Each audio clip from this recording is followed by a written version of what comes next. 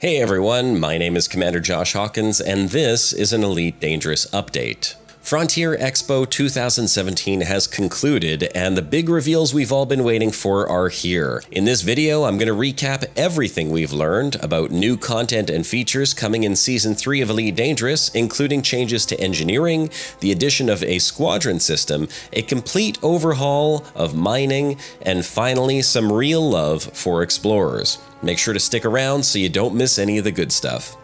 The big reveal came after a series of other reveals for both Planet Coaster and Jurassic World, Frontier's new IP launching next summer. I'll quickly point out that it actually seemed like a pretty interesting game and caught my attention. As a kid, I loved dinosaurs, and Jurassic Park will always remain in my memory as one of the greatest movies to ever hit the big screen. If you'd like to see me make some videos of this in the future, leave me a comment in the comment section below. Ed Lewis, Frontier's senior community manager, sat down with lead designer Sandy Samarco, game designer Lawrence Oldham, as well as art designer Chris Gregory, and they gave us a ton of amazing information. There was also a considerable amount of video shown, and we'll be breaking that all down and taking a closer look at that part of it during the broadcast Sunday at 3 p.m. Moving forward with Season 3, we were shown a roadmap detailing the release schedule for the upcoming content.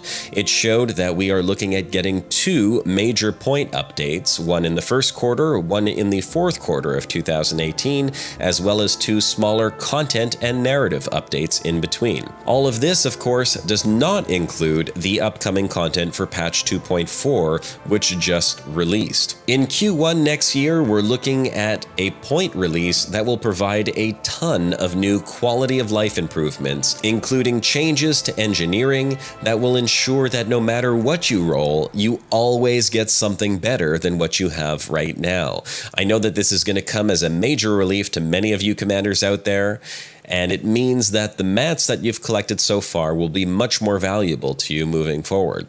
Crime and Punishment is also going to get revamped, and Authority ships are now going to have a lot more bite to them. I just want to say that I am 100% for PvP in an open game world, but up until now, there's been no real consequences for people who break the law, so I hope Frontier gets this one right, because we don't want PvPers to be too harshly punished for their crimes. That would ruin the fun. But we do need the right level of balance to make the game fun for everyone. Traders are going to be happy with the addition of more in-game trade tools, which will make trade data easier to track to find the best routes. And finally, we're going to get missions for wings. I hope they put something in like escort missions where you need a full wing to escort a large trade convoy and maybe get ambushed along the way. Those types of things have always been fun for me in space games in the past, and I would have loved to have done those with my friends. And finally, the art team showed off that color variation is coming back to planets once again.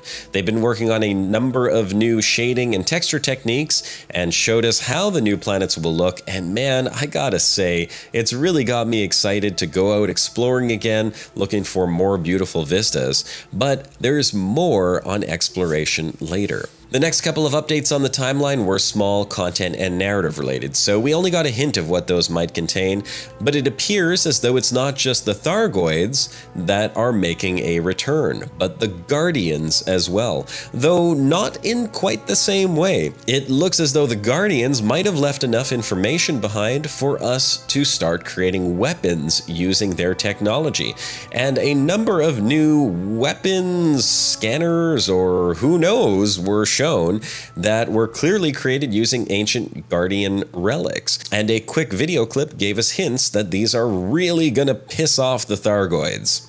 Another interesting content update coming next year is something called Galnet Audio. That's right, instead of actually having to read the Galnet news yourself, you'll be able to have your ship's computer voice read it out for you. It's certainly going to make things a lot more immersive in the game than they are right now, and the devs seemed really excited about it. But I think this is going to need a lot more work to make it even more enjoyable for players. Like, maybe instead of your in-game ship voice reading the Galnet news, you can have something like, oh, I don't know, Commander Josh Hawkins' voice reading the Galnet news for you. There's an idea. Why don't you let Frontier know what you think about that and see if they have any ideas for adding in additional voice packs. Elite Dangerous Season 3 will also be bringing us a number of new ships, and some old ones are being resurrected. The Krait, a ship from the original Elite games, is making a comeback. Of course, it will be fully redesigned for the modern gaming age, and sports a very interesting cockpit placement similar to that of the Vulture. And a new ship was also shown off. Apparently this one will fit into the Thargoid narrative in some military form. It's called the Chieftan. By far one of the most unique looking ships to date. I'd love to hear your thoughts on this one, since it certainly does look much different than the other ships in the game so far. A final note on ships, there is still no mention or reveal of the Type 10. And finally, let's talk about Q4. This is going to be by far the largest update we'll get next year, and it is the one that I'm most excited about. The update itself is going to focus on getting more players to work together. And in order to do that, Frontier is introducing something called Squadrons. Squadrons appear to be some type of player-organized and managed groups. Though they didn't say exactly how large these would be, the screenshot they showed had 9 ships in it. I imagine this is going to be something similar to guilds or clans or corporations for Elite Dangerous. The idea behind Squadrons is to facilitate communication and wing management, but the best part about being a member of a squadron is that you guys will now get fleet carriers. That's right, squadrons will have their own fleet carriers, which will allow them to dock, rearm, refuel, and respawn at. The potential this brings to the game is mind-blowing and absolutely amazing, and not just for combat, but for exploration and mining as well. Just imagine bringing a fleet carrier halfway across the galaxy for an exploration trip, or parking it right in a pristine ring for mining. Speaking about mining, all you miners out there are in for a major treat. Mining is getting a full overhaul and is set to become a proper profession with gameplay mechanics and tools. What we know thus far is that there will be new ways to detect and extract ores, a whole new set of modules, and a sort of mining kit. There was reference made to the gold rush days when miners used to hit the mother lode and had huge payouts, and the image that you see on the screen right now showing an entire asteroid exploding could hint at some very interesting toys becoming available for miners in the next year. Are you a miner? Let me know your thoughts on this. Leave me a comment below. At this point during the presentation, I had probably said, "God damn, still nothing for exploration," about 10 times, but guys and girls, Frontier didn't forget about us. Considering how little love explorers have gotten over the past 3 years, it is very much my pleasure to let you know that exploration is also getting a lot of attention in Season 3. Aside from the new colored planets they showed off earlier in the show, Frontier is looking to enhance exploration in a number of ways. Part of that is going to be by improving the graphics on planet surfaces. Here is a concept image of part of what the art team is working towards. As you can see, it's vastly different from the surfaces that we see on planets today. An improved lighting model is going to improve how planet surfaces look, along with new localized ambient effects, including fog and vapor. Although there was no direct mention of atmospheres, I wonder if this could be a hint of the first steps that we'll see towards atmospheric planets. But the real change to exploration is that there will be a suite of different activities, missions, and commodities for explorers added into the game, and these will be easily tracked via an in-game codex. This will not only log all your discoveries and give you a sort of checklist to complete, but will also potentially lead you to new discoveries by hinting at other things you might find.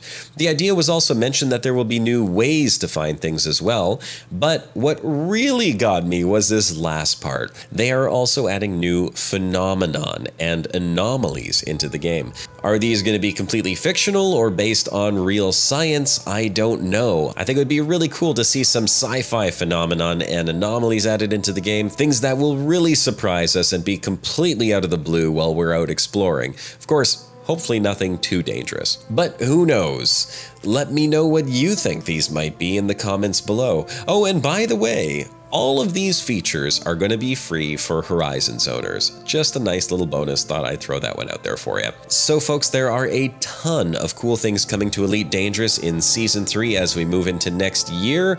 I want to hear all your thoughts on these upcoming changes, so leave me a comment. Tell me, are you excited? Are you disappointed? Let me know. That wraps up this video. Thanks for watching. Special thanks to my Patreon supporters for making this video possible. If you enjoyed this video, please share it, check out my other videos, and subscribe to the Hawk Flock to get more Elite Dangerous content updates. This is Commander Josh Hawkins, signing off.